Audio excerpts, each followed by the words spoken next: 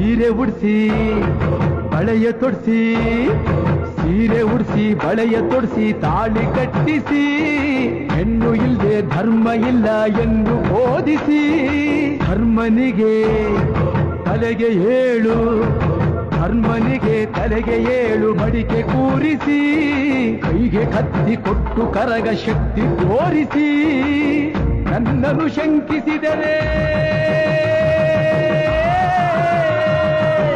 ನನ್ನನ್ನು ಶಂಕಿಸಿದರೆ ಪ್ರಳಯ ಎಂದಳಮ್ಮ, ನನಗೆ ನಡೆದುಕೊಂಡ್ರೆ,